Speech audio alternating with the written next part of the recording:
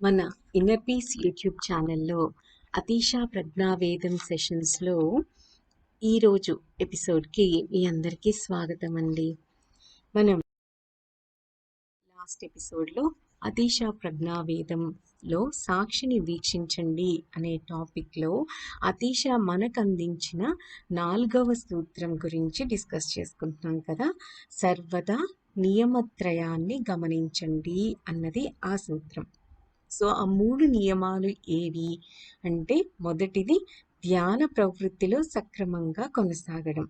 So ఎందుకు ధ్యాన ప్రవృత్తిలో కొనసాగాలి, సక్రమంగా ఎలా కొనసాగాలి, ఆ ఉత్తమ స్థితి లక్షణం ఏమిటి అని చక్కగా డిస్కస్ చేసుకున్నాం. ఉత్తమ స్థితికి హీన స్థితికి ఉన్న తేడా ఏమిటి, మన గతమంతా ఎలా ఉంది, మనం సంపాదించుకున్న సంప్రజ్ఞత అనే గులాబీని మనం సృష్టించుకున్నప్పుడు మనలో ఉన్న పాత అలవాట్లు అనే రాళ్ల వల్ల, యాంత్రికంగా మనం అలవాట్ల వల్ల చేసే చేష్టల వల్ల మనం సంపాదించుకున్న ఆ సంప్రజ్ఞత అనే గులాబీ నాశనం అయిపోవడానికి 1001 రీజన్స్ ఉంటాయి. కాబట్టి మనం ఎంతో గమనికతో జాగృతిలో ఉండాలి. ఎంత జాగృతిలో ఉండాలి అంటే నిండు గర్భిణీ స్త్రీలాగా నెమ్మదిగా నడక సాగించాలి అని అనుకున్నాం కదా. సో మరి ఆ ధ్యానం అవిచ్ఛిన్నంగా సక్రమంగా నియమ ప్రకారంగా సాగుతూ ఉండాలి. ఓ రోజు కాసేపు కూర్చొని ధ్యానం చేసి తర్వాత కొన్ని రోజులు దాని సంగతి పట్టించుకోకుండా మరిచిపోయి మళ్ళీ మనకి ఎప్పుడో గుర్తొచ్చిన ఏదో ఒక రోజు మళ్ళీ కాసేపు ధ్యానం చేయడం ఇలా అయితే కుదరదు. మనం నిద్ర అయితే ఎలా పోతామో, ఆహారం ఎలా తీసుకుంటామో, శ్వాస ఎంత సక్రమంగా మనం శ్వాస తీసుకుంటూ ఉంటామో అంత సక్రమంగా, అంత డెడికేషన్తో మనం ఈ ధ్యానాన్ని కూడా సాగిస్తూ ఉండాలి.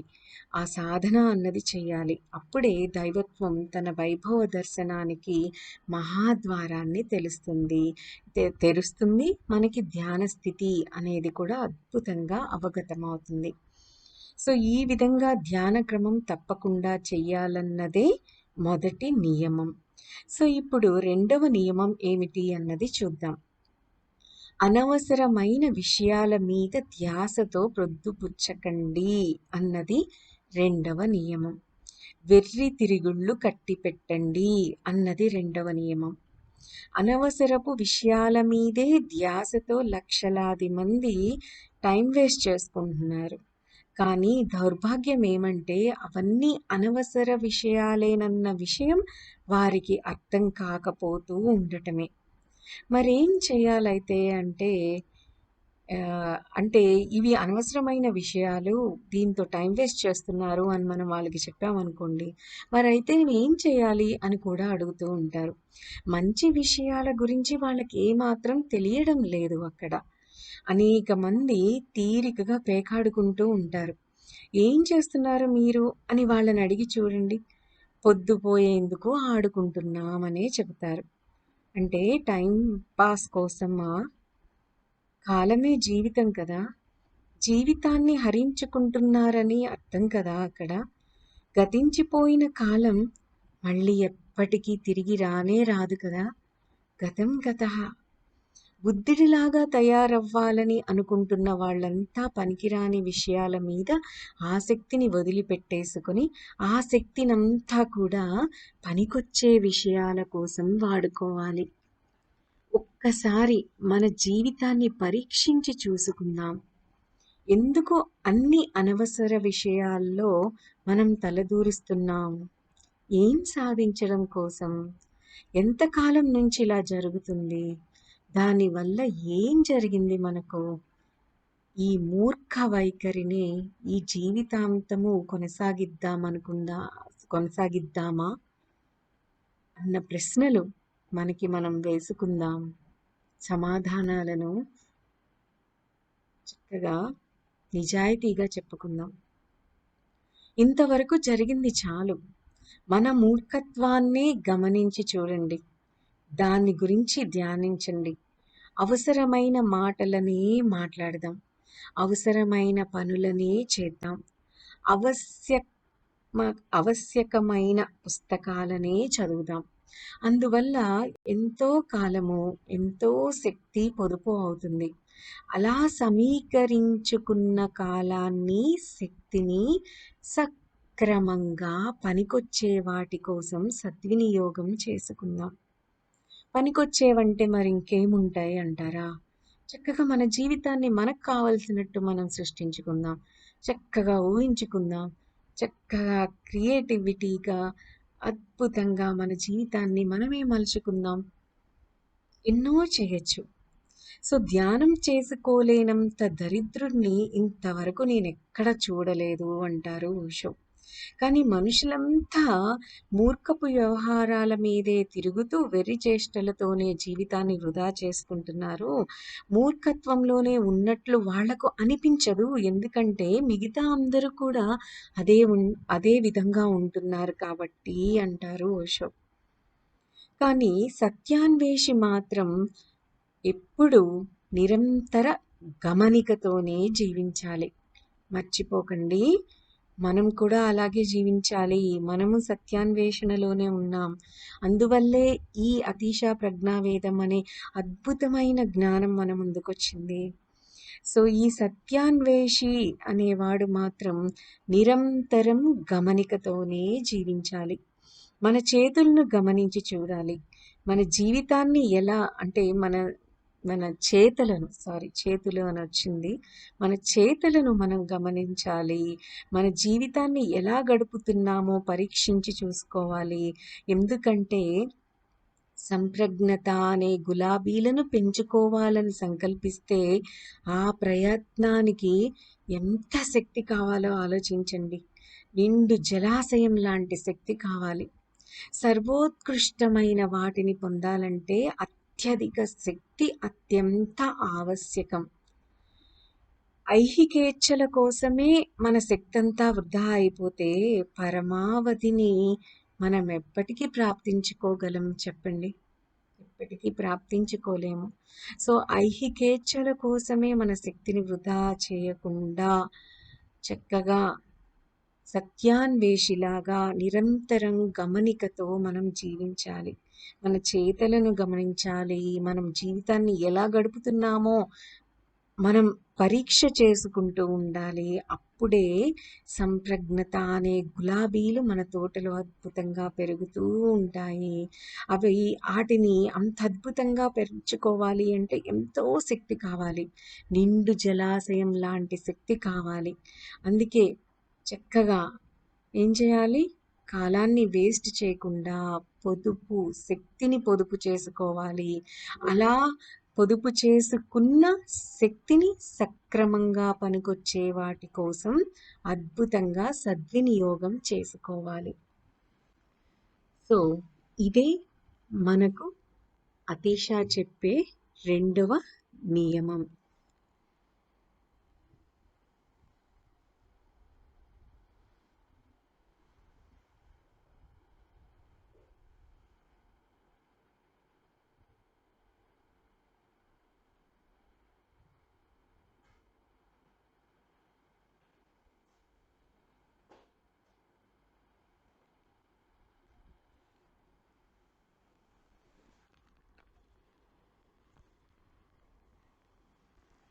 Sorry for the small break అండి. ఒక చిన్న technical issue. Anyways it got fixed. So, మన రెండవ నియమం గురించి కూడా చెప్పుకున్నాం కదా. ఇక మూడవ నియమం ఏమిటి అంటే యుక్తితో మన తప్పిదాలను, మన పొరపాట్లను సమర్థించుకోకుండా ఉండటం. మనసెప్పుడు మభ్యపెట్టే కారణాలనే సృష్టిస్తూ తప్పిదాలను, మనం చేసిన తప్పులన్నిటినీ చక్కగా సమర్థించుకునే ప్రయత్నాన్ని చేస్తూ ఉంటుంది కదా. ఇది మనందరికీ తెలిసిన విషయమే. మనందరం ఎక్స్పీరియన్స్ చేసిన విషయమే కదా. సో, మనం ఎప్పుడైనా పొరపాటు చేశామనుకోండి, వెంటనే మన మనస్సు ఇది ఇలాగే జరగాలి, మరి ఇలా జరగడానికి ఎన్నో కారణాలున్నాయి, నాకే సంబంధం లేదు, ఏ బాధ్యత నాది కాదు, ఉన్న పరిస్థితి వల్లే ఇదంతా జరుగుతుంది అనే కబుర్లు చెప్తుంది మనకి తీయగా. అన్నిటినీ సమర్థించుకోవడంలో మనస్సు తెలివినంతా ఉపయోగించుకుంటుంది. అయితే యుక్తితో మనం ఈ తప్పిదాలను, పొరపాటులను సమర్థించుకోకుండా ఉండటమే ఈ 3వ నియమం. కారణాలు వెతుక్కొని మన తప్పిదాలను సమర్థించుకునే ప్రయత్నాలను ఎప్పుడూ చేయకూడదు. అంటే ఇవాళ మెడిటేషన్‌లో కూర్చోడానికి కుదరలేదు. ఎందుకు అంటే నిన్న నైట్ నేను లేట్‌గా పడుకున్నాను. ఆహ్, అందుకని. లేదా ఇవాళ మెడిటేషన్ చేయడం కుదరలేదు. ఎందుకంటే చుట్టాలొచ్చారు. సో, వాళ్ళతో కొంచెం ఎక్కువ టైం స్పెండ్ చేయాల్సొచ్చింది అందుకని. సో, ఇలా ఇది ఒక రీజన్ కాదు. అలా మరి చుట్టాలొచ్చారు అని నైట్ ఎక్కువ సేపు ఉండేదో పని చేశాను అని కాసేపు శ్వాస తీసుకోవడం ఆపేసామా? టైంకి ఫుడ్ తినటం ఆపేసామా? లేదు కదా! అవి ఎంత సక్రమంగా జరుగుతాయో ఇది కూడా అంతే సక్రమంగా జరగాలి. సో, కారణాలు వెతుక్కొని మన తప్పిదాలను సమర్థించుకునే ప్రయత్నాలను ఎప్పుడూ చేయకూడదు. అలా సమర్థించుకుంటే ఆ తప్పులకు రక్షణ కల్పిస్తున్నట్లే అవుతుంది కదా! ఆ తప్పులు అప్పుడు మళ్ళీ మళ్ళీ జరుగుతూ ఉంటాయి. కాబట్టి సమర్థించుకునే కార్యక్రమాలను తక్షణం త్యజించండి అంటారు అతీష. ఆ సమర్థనలన్నిటినీ వెంటనే ఆపేసేయండి. కారణాలను ఆలోచించడం ఓ విషయమైతే సమర్థించుకోవడం దానికి విరుద్ధమైన మరో విషయం. ఓ సదాశయం కోసం చేసే ఆలోచన మంచిదే కానీ, ఎంత మంచి పనికైనా సమర్థించుకోవడం కోసం చేసే ఆలోచనలన్నీ తక్షణం మనం విడిచిపెట్టేయాలి. సహేతుకంగా సమర్థించే ఆలోచనలను ఎప్పుడూ చేయకూడదు. సమర్థించుకునే కార్యక్రమాలన్నీ మనం మొదలు పెట్టగానే ఆ విషయం వెంటనే మనకు తెలిసిపోతుంది. కల్లబొల్లి కారణాలను వల్లించి మిగిలిన వాళ్ళనందరినీ మనం మోసగించవచ్చు. కానీ మనల్ని మనం ఎప్పటికీ మోసం చేసుకోలేం కదా! అధోగతి పాలైన విషయం సుస్పష్టంగా మనకు అర్థమవుతూనే ఉంటుంది. సమర్థించుకుని ఏ తప్పు జరగలేదని మనల్ని మనం నమ్మించుకునే కాలాక్షేపం వదిలిపెట్టి మన శక్తినంతా చైతన్యపూరితమైన గమనించే చర్య కోసమే వెచ్చించాలి. ఈ అన్ని విషయాలు మనలోని శక్తి వృధాగా పోకుండా అడ్డుకట్ట కట్టేందుకు మనకు సహాయపడుతున్నాయని గ్రహించాలి మనం. ఇది మనం తెలుసుకోలేకపోతే దైవత్వం నిరంతరం మన మీద కుమ్మరిస్తున్న దివ్యశక్తి అంతా మనలోని లోపాలనే తూముల గుండా వృధాగా జారిపోతూ పరిపూర్ణత్వం మనకి ఏనాడు సిద్ధించదు. వస్తున్న శక్తి వచ్చినంత వేగంగా జారిపోతూ ఉంటుంది. సో, ఇప్పుడు మనందరికీ తెలిసిన విషయమే. విశ్వం ఎప్పుడు ఆ అద్భుతమైన శక్తిని మన మీదకు కురిపిస్తూనే ఉంటుంది. అయితే ఆ శక్తిని మనం స్వీకరించాలి కదా! ఆ శక్తిని స్వీకరించినప్పుడే మనం ఆ శక్తిని ఉపయోగించుకోగలుగుతాము. అయితే మనం ఈ 3 నియమాలు అతీష చెప్పిన ఈ 3 నియమాలను మనం ఫాలో అవుతూ ఉన్నప్పుడు మన మీద కుమ్మరిస్తున్న ఆ దివ్యశక్తి అంతా మనలోకే మనం తీసుకోగలుగుతాము. అలా తీసుకోలేకపోతే ఏమవుతుంది? ఈ నియమాల్లో మనం ఏది ఫెయిల్ అయినా ఏమవుతుంది? ఆ! ఒక కుండ ఉందనుకోండి. ఆ కుండలో నీళ్లు పోసాము. నీళ్లు నిండుగా నిండిపోయి ఉన్నాయి. హ్మ్. ఆ కుండకి హోల్స్ ఉన్నాయనుకోండి. మనం ఎన్నీళ్లు పోసినా అవి ఇలా పోస్తూ ఉంటాం. అలా బయటకొచ్చేస్తూ ఉంటాయి కదా! అలాగే మనం ఈ నియమాలను పాటిస్తూ ఉన్నప్పుడు మనలోని శక్తి వృధాగా పోకుండా ఈ నియమాలు అడ్డుకట్ట వేయడానికి మనకెంతో అద్భుతంగా సహాయపడతాయి. ఇది మనం తెలుసుకోలేకపోయామనుకోండి, ఆ దైవత్వం నిరంతరం మన మీద కుమ్మరిస్తుంది. అతీష చెప్పిన 5వ సూత్రం ఏమిటో తెలుసుకుందాం. ఆ 5వ సూత్రం ఏమిటి అంటే, ప్రవృత్తిని మనస్సు నుంచి హృదయం వైపుకు మళ్ళించండి అని. ప్రవృత్తిని మనం మన మనస్సు నుంచి హృదయం వైపుకు మళ్ళించినప్పుడు ఎన్నో అద్భుతాలు జరుగుతాయి. ఆ మార్పు ముందు ఎక్కడ జరగాలి? మనలో జరగాలి. ఆలోచించడం తగ్గించాలి మనం. అనుభూతిని పెంచుకోవాలి. సో, మనస్సు అనేది ఆలోచనలను చేస్తూ ఉంటుంది. హృదయం అనేది అనుభూతులను ఇస్తూ ఉంటుంది. సో, మనం మన ప్రవృత్తిని మనస్సు నుంచి హృదయం వైపుకు మళ్ళించాలి అంటే, ఆలోచనలను తగ్గించుకుంటూ, అనుభూతులను పెంచుకుంటూ ఉండాలి. ఈ మార్పు అన్నది మనలో జరగాలి. మేధస్సును తగ్గించుకొని సహజావబోధాన్ని పెంచుకోవాలి. ఆలోచించడం అన్నది ఒక వంచించే కార్యక్రమమే. గొప్ప పనులు చేస్తున్నారనే భ్రమనే ఆలోచనలు మనలో కల్పిస్తాయి. అందుకే జ్ఞానులెప్పుడూ ఆలోచించరు, ఆలోచనలు చెయ్యరు. వాళ్ళు వాళ్ళ హృదయం యొక్క అనుభూతిని గమనిస్తారు. ఆ అనుభూతి ప్రకారం నడుస్తారు. హృదయంతో జీవిస్తారు. అందుకే ఆలోచనలు అన్నవి ఓ వంచించే కార్యక్రమం అంటున్నారు ఇక్కడ అతీష. కానీ మనం నిర్మిస్తున్నవన్నీ గాలిమేడలే. ఆ ఆలోచనలే ఆకాశహార్యాలు. అనుభూతులే మరింత సాంద్రతతో, ఘనంగా, సత్యవంతమై ఉంటాయి కదా! మీరొక్కసారి మీకు మీరే ఆలోచించుకోండి. మీరు ఒక ఆలోచన చేశారు. ఒక భావాన్ని ఫీల్ అయ్యారు. సో, దేనికి ఎక్కువ వెయిట్ ఉంటుంది? ఆలోచనకా? భావానికా? భావానికే ఎక్కువ వెయిట్ ఉంటుంది కదా! సో, మీ అనుభూతులే మిమ్మల్ని మార్చి మలుస్తాయి అన్న విషయాన్ని మర్చిపోకూడదు. ఇక్కడ ప్రేమ గురించి ఆలోచించినంత మాత్రాన ఒరిగేదేమీ ఉండదు. కానీ ప్రేమానుభూతి మనలో ఏర్పడిన వెంటనే అది మనల్ని పరివర్తిస్తుంది. అహంకారానికి ఆలోచనలు చేయడం అంటే ఎంతో ఇష్టం. కల్పననే అహంకారానికి ఆహారంగా ఉంటాయి. అహంకారానికి వాస్తవం ఎప్పుడు జీర్ణం కాదు. ఆలోచించే చర్య ఓ కల్పనా కార్యక్రమం మాత్రమే. అది ఓ కలగనే చర్చే. అత్యంత ప్రతిభావంతమైన స్వప్న వ్యాపారమే.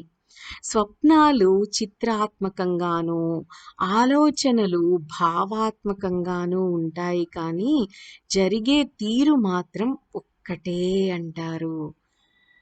స్వప్నం అన్నది మొరటుగా చేసే ఆలోచన. ఆలోచన అన్నది అతి ప్రతిభావంతంగా సాగిస్తున్న స్వప్నం. సో, అర్థమైంది కదా ఇప్పుడు?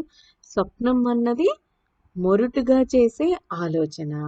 ఆలోచన అన్నది అతి ప్రతిభావంతంగా సాగిస్తున్న ఒక స్వప్నం. మనస్సు నుంచి హృదయానికి అంటే ఆలోచన నుండి అనుభూతికి, హేతువాదం నుంచి ప్రేమ పదంలోకి మళ్ళించడం కదా! ఆ తరువాత ఆ మళ్ళింపు హృదయం నుంచి ఎక్కడికి వెళ్ళాలి? ఇప్పుడు మనసు నుంచి మనము హృదయ వైపుకు మళ్ళించుకోవాలి కదా! సో, హృదయం వైపుకి మళ్ళిన తరువాత అక్కడితో ఈ సినిమా ఆగిపోలేదు. సో, ఆ హృదయం నుంచి మన ఉనికిలోకి జరగాలి. అర్థమవుతుందా? మనస్సు నుండి హృదయానికి అంటే ఆలోచన నుండి అనుభూతికి మనం మారాలి.